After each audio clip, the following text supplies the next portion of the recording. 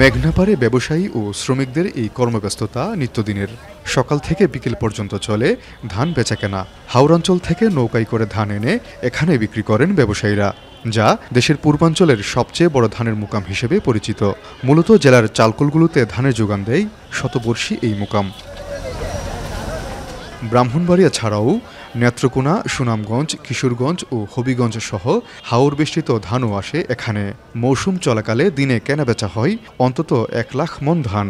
তবে বছরের অন্য সময় ধানের সরবরাহ নামে অর্ধেকে। তখন চাহিদা মেটাতে দেশের অন্য মুকামগুলো থেকে ধান সংগ্রহ করেন স্থানীয় চালকল মালিকরা।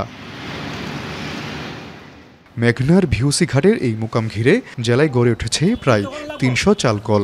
মুকাম থেকে চালকল পর্যন্ত ধান সরবরাহের জন্য জমজমাট পরিবহন ব্যবসাও। এতে কর্মসংস্থান হয়েছে হাজারো শ্রমিকের। তবে ঘাটে কোনো জেটি না থাকায় ধান নামাতে লাগে দীর্ঘ সময়। এছাড়া ভালো আবাসন না থাকায় ভোগান্তিতে পড়তে হয় দূর দূরান্ত থেকে আসা ব্যবসায়ীদের। সুনামগঞ্জ থেকে দানা নেত্রকোনা থেকে দানা আইনে এখন বেশি ধানের বিহিত তো বন্ধ রয়েছে। ধানের গালা দেখে ধরে বলতে কর্মসংস্থান, অনেক কর্মসংস্থান আছে। ধান থেকে চাল করে প্রতি মাসে মিনিমাম 300 কোটি টাকার ব্যবসা করা হয় মিনিমাম। এটার সাথে জড়িত আছে অনেক ব্যবসা। নৌকা নিয়ে অনেক লিখছে, তাহলে লাগে তা কোনো ব্যবস্থা হয়। এখন সরকার বাবা একটু আমাদের করতো, সহযোগিতা করতো, তাহলে একটু ভালো হতো। ব্যবসায়ীরা বলছেন, ধানের মুকাম ঘিরে বিভিন্ন ব্যবসা বাণিজ্যের ফলে আশুগঞ্জ এখন পুরো জেলার অর্থনীতির প্রাণ।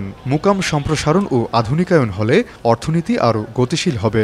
এই গালার বিষয়টার ব্যাপারে আসলেই সরকার কোনো নজর দিচ্ছে না।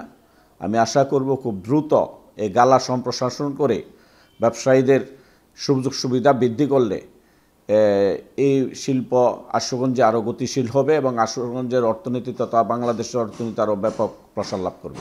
এদিকে আশুগঞ্জ নৌবন্দরে আধুনিক কার্গো টার্মিনাল তৈরি ও মুকামের জন্য আলাদা জেটি নির্মাণের কথা জানায় স্থানীয় প্রশাসন।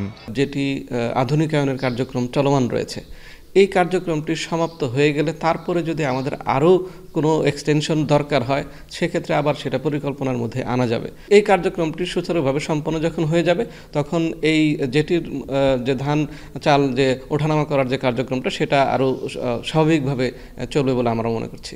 আশুগঞ্জ মুকামে প্রতিদিন অন্তত 5 কোটি টাকার ধান কেনাবেচা হয়। মৌসুমে যা দ্বিগুণ হয়। আর জেলার চালকলগুলো থেকে প্রতিদিন অন্তত 10 কোটি টাকার চাল পাঠানো হয় দেশের বিভিন্ন এলাকায়।